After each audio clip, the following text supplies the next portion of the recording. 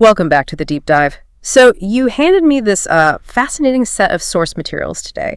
On the surface, it looks like a language lesson about feelings, but we realized pretty quickly this is much more than just a vocab list. It really is. I mean, the mission here isn't just to, define a bunch of words. We're sort of taking a shortcut to emotional literacy. We're looking at the subtle differences and, I think more importantly, the specific real-world examples the sources give for what triggers these feelings. We're really getting at the why behind the words. Exactly. And understanding how to talk about your feelings is just so critical, right? For self-awareness, for connecting with people. And our sources kick things off with a really fundamental linguistic rule that sort of sets the stage for everything else. Yeah, let's start with the basic building blocks. Simple things like I am great, or I am good, or maybe I am a little tired. But then we get this other verb, feel. The sources make a real point of distinguishing between I am happy and I feel happy. And, okay, most of the time, in just regular conversation, you can use them both, right? They're pretty much interchangeable. But what's the real analytical difference that the material gets into?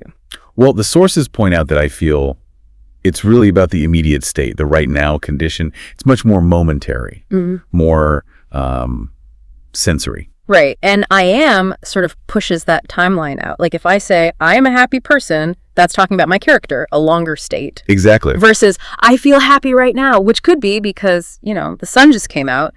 That difference in permanence is actually a really powerful tool in the language. It is. It lets us categorize our emotions by duration, which is just key. And using that I feel idea, that immediate state, the sources do something really smart. They group a bunch of feelings based on physical needs, somatic states. Right. Things like tired, hungry, and thirsty. And the examples they give are just so relatable. Like tiredness isn't just, oh, I didn't sleep. The sources mention feeling it after a long run, or your eyes feeling heavy. It's physical. And with hungry and thirsty, they even bring in an intensity scale.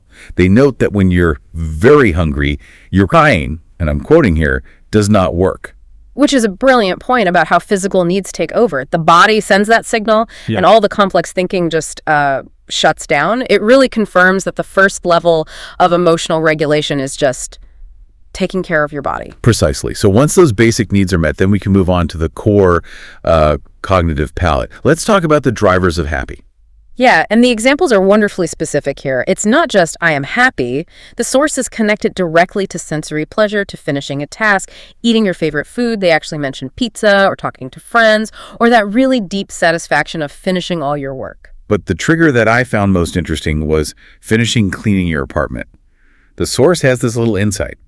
The idea that a clean space makes a happy mind. This takes it from just an example to the psychological principle about your environment and having a sense of control. It connects physical action to mental peace, which, ties back really nicely to what we were just saying about somatic states. So then we move to the opposite, sad. And the triggers are just as evocative, loss or just gloom, rain for many days, saying goodbye to family. Or watching a sad movie about a lost dog. That one is just pure emotional gold, because it shows empathy for something that isn't even real. And the key takeaway the source offers is this validation that sadness is normal. It says it means we care. So sadness isn't a failure. It's proof that you're connected to something. That is such a healthy way to frame it. And speaking of mental peace, let's bring in relaxed. This feeling is kind of the anchor on the other end of the spectrum from the stressful feelings we're going to talk about. Yeah, it means calm, peaceful, comfortable. The definition they use is great. Yeah. The body and mind are at rest. And the examples are basically a blueprint for how to get there. A Sunday morning with coffee and a book, that feeling after exercise or after a hot shower. These are, deliberate acts of self-care. Okay, so let's transition from that calm state to some of the stronger feelings. A lot of these focus on anticipation, good or bad. We've got that famous mixed pair, excited and nervous. So excited is pretty simple. It's defined as feeling very, very happy about something in the future. It's all positive anticipation.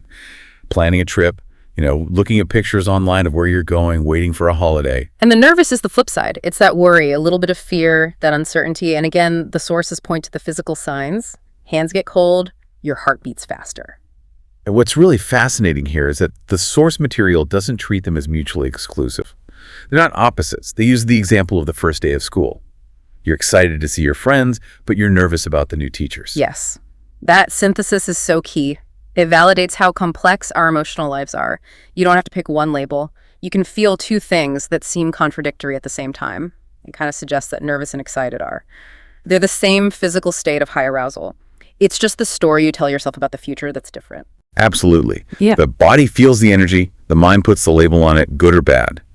Now, if that anticipation turns really negative and there's frustration involved, then we get to angry. And the triggers are so common, so frustrating. Big car traffic, losing your phone. But this is where the deep dive shifts, doesn't it? It goes from just identifying the feeling to actively managing it. Yes, the sources give you an actual toolkit. When you feel that anger rising, they suggest take a deep breath, count to 10, listen to quiet music, drink some water. And if you analyze those, they're all designed to do one thing: interrupt the physiological rush of anger. They force a pause. And that self-talk strategy, telling yourself, it's okay, be patient, you will arrive soon, that's basically cognitive behavioral training in a language lesson. It is. It teaches you to introduce a delay. Yeah. Use an external action, like breathing or counting, to get back in control. And this same idea applies directly to feeling stressed. Right. Stressed is defined perfectly as having too many things to do and not much time. Yeah. Right before a big test or a project. That feeling of just information overload. And what's the recommended coping strategy? Make a list.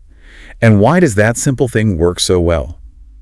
Because it takes all those abstract, overwhelming tasks out of your head and makes them concrete, structured, manageable.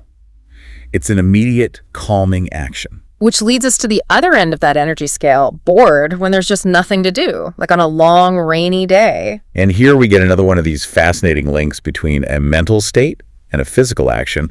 The surprising coping mechanism for boredom is cleaning the house. I found that so unexpected, but it makes total sense when you think about it. Why clean when you're bored? Because the rationale is that cleaning is useful.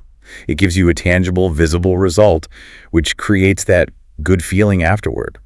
It's a way to manufacture a sense of purpose when you feel like you don't have one. Let's move on to some of these relational and time-based feelings. Let's start with impatient and confused.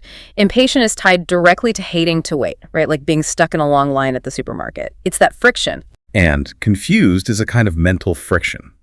It's caused by not understanding something, maybe reading a difficult book or, trying to keep up when people are speaking English really fast. Your brain is signaling a breakdown in processing. Now, for two feelings that the sources link in a really profound way: love and worry. Love is called the biggest feeling, and the example given for worry is when your sister is late coming home. And this is such a crucial synthesis. The source says, and I'm quoting, "That is because you care about her. That is a feeling of love." This completely reframes worry. So many of us see it as just a negative, destructive anxiety, but this frames it as a necessary expression of deep care. Worry here is protective love in action. That changes the game. If you can see your worry as a sign of love, it validates the feeling. It gives it a positive context. Okay, so to round out this section, we have achievement and disappointment. Proud is that great feeling you get about something you did. A good grade, learning a new word, cooking a good meal. The sources define it as a feeling of satisfaction. I love this phrase, like giving yourself a small internal prize. That internal prize idea is so essential. It suggests pride is a necessary way to validate your own effort. And then there's disappointed, which is that sad feeling when what you wanted to happen doesn't. The picnic gets canceled, your favorite team loses. Disappointment is that emotional adjustment we have to make when our expectations clash with what actually happens. And the source is validated, saying it can be intense enough to stick around for a few days. So we've mapped out the internal landscape. Now let's look outward at empathy, starting with the word sorry. Because this one word does two very different, very vital social jobs. It absolutely does. First, it's an apology. You made a mistake. You stepped on someone's foot. I'm sorry. Second, and this is just as important, is sympathy. It's about caring. I am sorry you are sad. Or feeling sorry for a stranger you see who needs help. That breakdown makes it so clear. Sorry isn't always about me taking responsibility for something I did.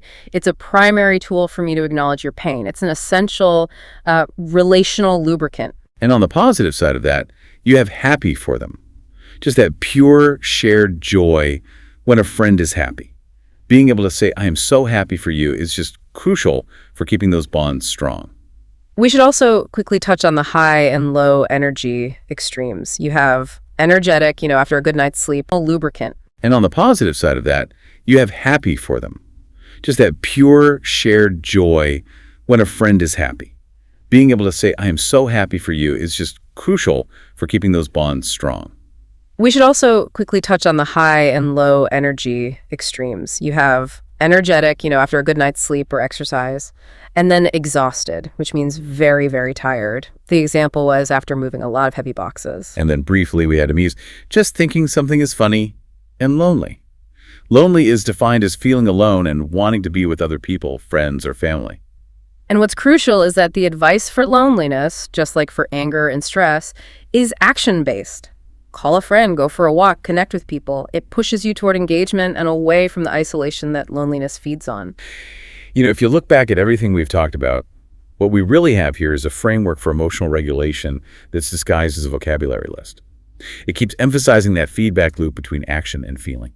Cleaning when you're bored, breathing when you're angry. So to kind of wrap up our dive, the source material pulled out 5 key words that are really great anchors for all of this. They really bring together the utility of this whole discussion. They're really powerful summary tools. So number 1, excited. Very happy about a future event. That's your positive anticipation. 2, nervous. A little scared and worried. That's your ambiguous, maybe negative anticipation. 3, relaxed. Yeah. Calm and peaceful. That is the state of achieved self-regulation. 4, proud. Feeling good about an achievement. That's self-validation for your effort. And number 5, used for both an apology and for that essential social sympathy. That recap really hammers home the main takeaway here.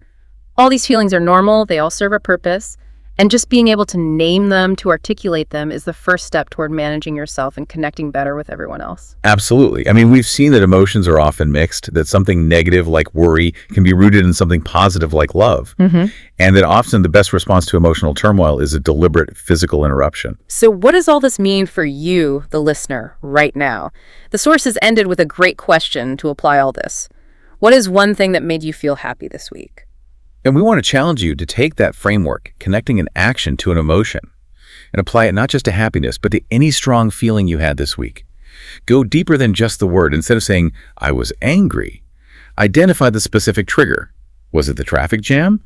The misplaced keys? Then think about the coping mechanism you could have used. Knowing the word is just the start. The real deep dive is identifying that unique trigger in your own life and understanding the system that connects the two. Until next time, keep analyzing those connections and keep articulating your feelings.